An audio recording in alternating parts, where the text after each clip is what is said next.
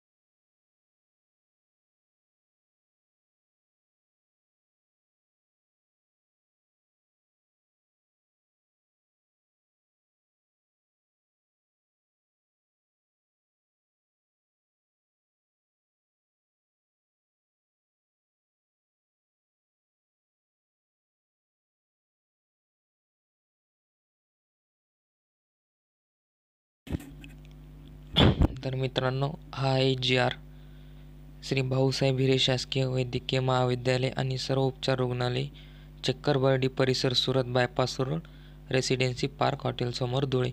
धुळे म्हणजेच GMC शासकीय महाविद्यालय धुळे इथे 137 जागाची पदभरती निघालेली आहे।